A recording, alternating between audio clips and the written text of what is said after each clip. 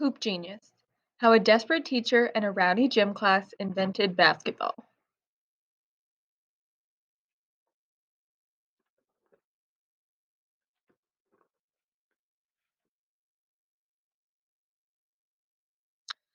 In December of 1891, James Naismith, a young teacher, took over a rowdy gym class that had already forced two teachers to quit. He didn't want to, but nobody else would teach that class. The students hated the boring exercises and gymnastics that they'd been doing over and over, so Naismith decided to try something fun: indoor football. He needed something much less rough.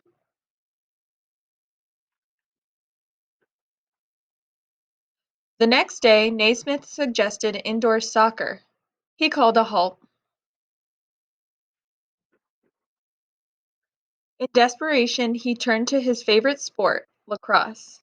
Nothing was working with this group. Naismith felt like giving up, but couldn't.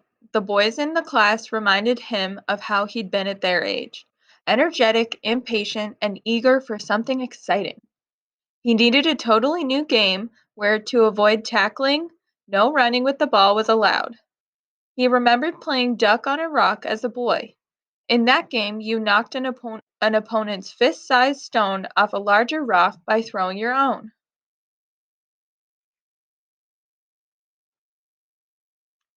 If you missed, you had to retrieve your stone before you were tagged, so accuracy was more valuable than force.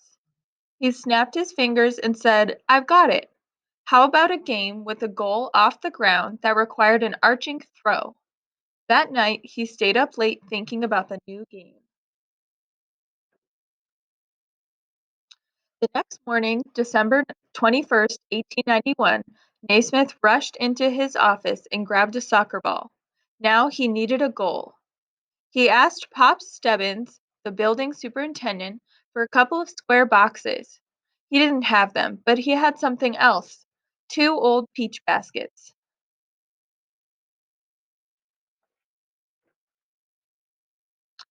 Naismith tacked the rules to the gym bulletin board and promised the class that if this new game failed, he would not try any more experiments.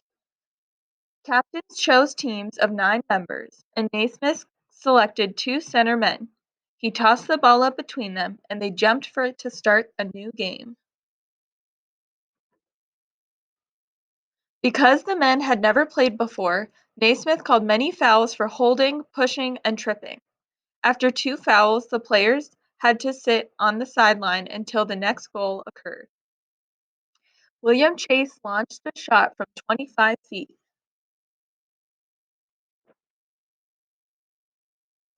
that went in for the first and only basket of the game. When Naismith blew the whistle to end the game, nobody wanted to leave.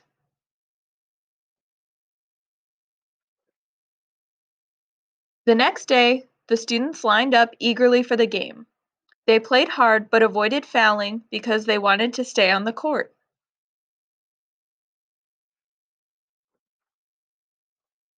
When students went home for Christmas vacation, they taught the new game to their friends. Soon, people in cities, small towns, and on farms were playing basketball. In 1892, a group of women teachers from a nearby school asked James Naismith if they could play too. "I don't see why not," he said, and games were arranged. In one of them, Naismith, as referee, was shocked when he called a foul and one of the women protested as strongly as any man. But he remembered that game clearly. One of the women, Maud Sherman, later became his wife. In 1936, basketball was so popular around the world that it became an Olympic sport. James Naismith attended the opening ceremonies, and when each nation dipped its flag to honor him, tears of happiness came to his eyes.